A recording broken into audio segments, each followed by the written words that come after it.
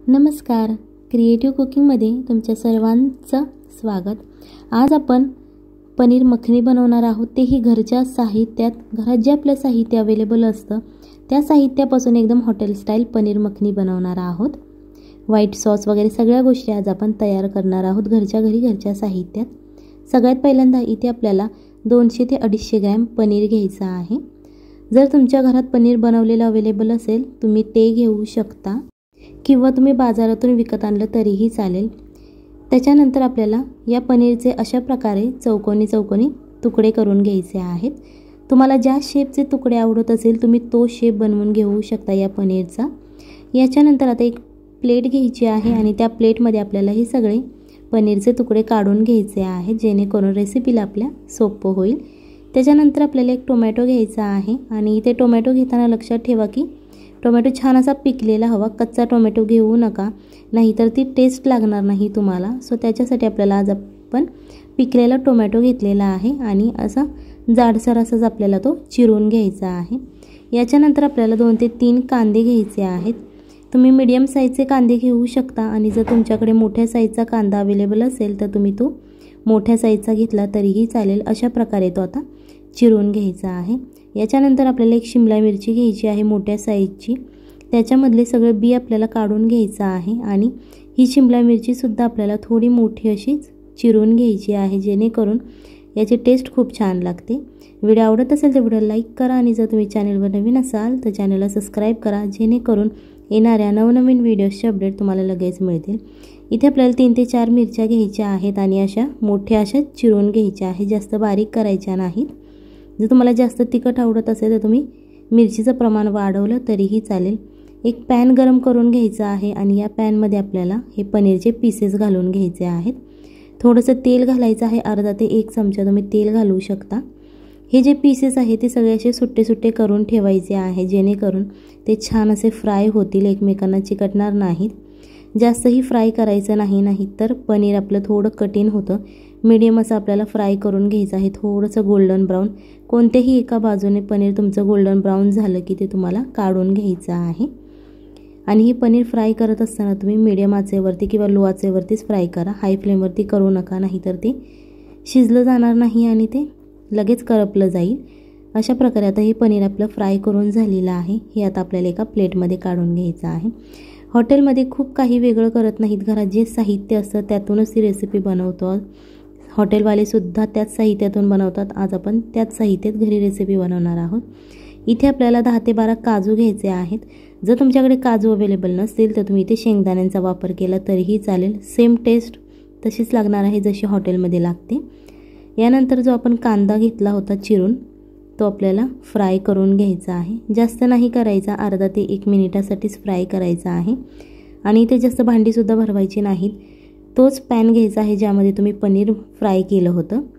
आता यामध्ये जे आपण काजू घेतलेले होते ते काजू घालायचे आहेत। 1 ते 2 चमचे आपल्याला इथे सफेद तीळ वापरायचे आहे, जेणेकरून छान असं आपली पनीर मखनी तयार होते। हे सगळं साहित्य आपल्या घरात अवेलेबल असतं। जर तुमच्याकडे काजू अवेलेबल नसतील तुम्ही शेंगदाणे घालू शकता, पण शेंगदाणे घालताना ते शेंगदाणे भिजवून घाला, जेणेकरून त्याची वरची साल निघून जाईल आणि आतला जो पांढरा भाग असतो शेंगदाण्याचा तो तुम्ही वापरायचा आहे। हे थोडं थंड करून घ्यायचं आहे। इथे आपल्याला एक मिक्सरचं भांडं घ्यायचं आहे आणि मिक्सरच्या भांड्यामध्ये आपल्याला हे सगळं घालून घ्यायचं आहे। थंड झाल्यानंतरच घालायचं आहे, लगेच गरम गरम हे मिक्सरमध्ये घालवू नका, नाहीतर मिक्सर खूप गरम होईल। आता याच्यानंतर तुमच्याकडे जर मोठं भांडं अवेलेबल असेल तुम्ही त्याने बारीक केलं तरीही चालेल। आता याची आपल्याला एक पेस्ट बनवून घ्यायची आहे। पेस्ट बनवताना तुम्ही थोडंसं यामध्ये पाणी घातलं तरीही चालेल, फक्त जास्त पाणी घालू नका, नाहीतर ते खूप पातळ होईल। अशा प्रकारची आपल्याला मीडियम अशी ही पेस्ट बनवून घ्यायची आहे। तोच पॅन परत आपल्याला यूज करायचा आहे ज्यामध्ये आपण सगळं भाजून घेतलं होतं। आता हा जो मसाला आपण तयार केलेला आहे तो घालून घ्यायचा आणि थोडंसं 1 ते 2 मिनिट आपल्याला फ्राय करून घ्यायचं आहे मीडियम आचेवरती, जेणेकरून यामध्ये जे पाणी घातलेलं होतं आपण पेस्ट करताना ते निघून जाईल आणि हा जो मसाला आहे आपला तो शिजला सुद्धा जाईल। त्याच्यासाठी आपण हा सुरुवातीला असाच फ्राय करायचा। त्याच्यानंतर इथे आपल्याला 2 ते 3 चमचे तुम्ही यामध्ये तेल घालू शकता। जर तुम्हाला तूप किंवा बटर आवडत असेल तुम्ही त्याचा वापर केला तरीही चालेल। आता हे या तेलामध्ये आपल्याला मसाला फ्राय करून घ्यायचा आहे। असा फ्राय करायचा की यामध्ये जे तेल आहे ते सुटलं पाहिजे, अशा प्रकारे आपल्याला फ्राय करून घ्यायचं आहे. कारण यामध्ये आपण काजूसुद्धा घातलेले आहेत. सो छान असा आपला तेलकट असा मसाला तयार होतो. तुम्ही शेंगदाणे घातले तरीच असा मसाला तयारच होतो. काहीच प्रॉब्लेम नाही आहे की काही घरात काजू अवेलेबल नसतात, तेव्हा शेंगदाण्याने सुद्धा ही रेसिपी करू शकतो. 1 चमचा आपल्याला इथे चिकन मसाला, अर्धा चमचा लाल तिखट घालायचं आहे. हे लाल तिखट आपल्या घरात जे अवेलेबल असतं तेच घालायचं आहे. चवीनुसार मीठ घालायचं. मीठ घालताना तुम्ही लक्षात ठेवा, जर तुम्हाला जास्त मिठाचं आवडत असेल तर तुम्ही थोडं जास्त घातलं तरीही चालेल. आता हे आपले मसाले घालून झालेले आहेत. जर तुमच्याकडे चिकन मसाला नसेल, तुम्ही सब्जी मसाला घालू शकता किंवा गरम मसाला वापरला तरीही चालेल. त्याच्यानंतर 1 कप आपल्याला दही घ्यायचं आहे आणि हे दही फेटलेलं घ्यायचं आहे. कारण यामध्ये कुठल्याच गाठी नाहीत पाहिजे आपल्याला. तुम्ही चमच्याच्या मदतीने ते फेटून घ्या, सगळ्या गाठी फोडून घ्या दह्याच्या आणि मगच हे दही आपल्याला यामध्ये वापरायचं आहे. थोडंसं मिक्स करायचं आहे आणि थोडंसं त्याला शिजून द्यायचं आहे. जेव्हा आपण मिक्स करतो तेव्हा ते शिजतच असतो, त्याच्यासाठी वेगळा एक्स्ट्राचा वेळ आपल्याला काढावा लागत नाही. जे आपण पनीर फ्राय केलं होतं ते आता यामध्ये आपल्याला घालून घ्यायचं आहे. अशा प्रकारे हे पनीर सगळं घालून झालेलं आहे, मिक्स करून झालेलं आहे. 1 ते 2 मिनिटासाठी थोडंसं असं यालाच फ्राय होऊन द्यायचं आहे, जेणेकरून जो आपण मसाला घातलेला आहे तो सगळा पनीरला लागला जाईल आणि जी मसाल्याची टेस्ट आहे ती सुद्धा पनीरमध्ये शिरली जाईल. पाणी पूर्णपणे आटलेलं आहे. आता यामध्ये आपल्याला थोडंसं पाणी घालायचं आहे. तुम्ही त्या दह्याच्या वाटीमध्येच पाणी घालून घ्या, जेणेकरून जे एक्स्ट्राचं दही चिकटलेलं असतं वाटीला ते वाया जाणार नाही, सगळ्या गोष्टींचा यूज होईल. परत आपल्याला अर्धा ते 1 मिनिटे तुम्ही शिजवून घेऊ शकता. याच्यावरती तुम्ही झाकण ठेवून सुद्धा शिजवू शकता, पण झाकण ठेवल्यानंतर थोडासा ग्रेव्हीचा कलर चेंज होतो, त्याच्यासाठी आज आपण झाकण ठेवणार नाही आहोत. ही जर तुम्हाला ग्रेव्ही पातळ करायची असेल तुम्ही पाण्याचा वापर करू शकता, नाहीतर अशाच प्रकारे जर तुम्हाला सुक्की खायची असेल तुम्ही पाणी कमी घालू शकता. हे थोडंसं आपल्याला उकळी काढून घ्यायची आहे, कारण आज आपल्याला ग्रेव्ही करायची आहे. याच्यानंतर 1 कढई घ्यायची आहे. आता इथे तुम्हाला वेगळं भांडं घ्यावं लागेल, छोटंसं घेऊ शकता तुम्ही. 1 चमचा तेल घाला. त्या ज्या आपण मिरच्या चिरून घेतलेल्या होत्या त्या घालायच्या आहेत, थोड्याशा त्या तेलामध्ये फ्राय होऊन द्यायच्या. त्याच्यानंतर आपण जी शिमला मिरची चिरून घेतली होती जाडसर अशी, ती घालून घ्यायची आहे. आणि आता ही मिरची आणि शिमला मिरची अशी थोडा वेळ तेलामध्ये आपल्याला फ्राय करून घ्यायची आहे. जास्त फ्राय करायची नाही, थोडासा त्याचा कच्चापणा निघून गेला पाहिजे. त्याच्यानंतर जे आपण टोमॅटो जाडसर चिरून घेतला होता तो घालून घ्यायचा.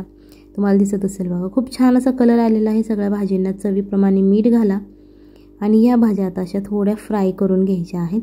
पूर्णपणे या भाज्या शिजवायच्या नाहीत आपल्याला, इथे लक्षात ठेवा. थोड्याफार त्या कच्च्या राहिल्या पाहिजेत आणि झाकण तर बिलकुल ठेवू नका याच्यावरती, नाहीतर भाजींचा कलर चेंज होईल.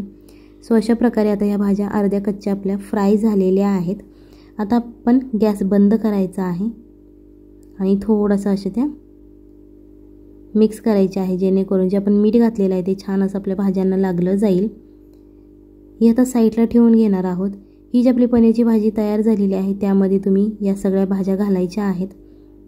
तुम्हाला दिसत असेल बघा, खूप छान असा कलर आलेला आहे पनीरला. खूप सोपी रेसिपी आहे पनीर मखनीची, तुम्ही सुद्धा घरच्या घरी बनवू शकता हॉटेल स्टाईल. सो ही रेसिपी नक्की घरी ट्राय करा, आपल्या फॅमिलीला खाऊ घाला आणि मग मला कमेंटमध्ये सांगा कशी झाली होती.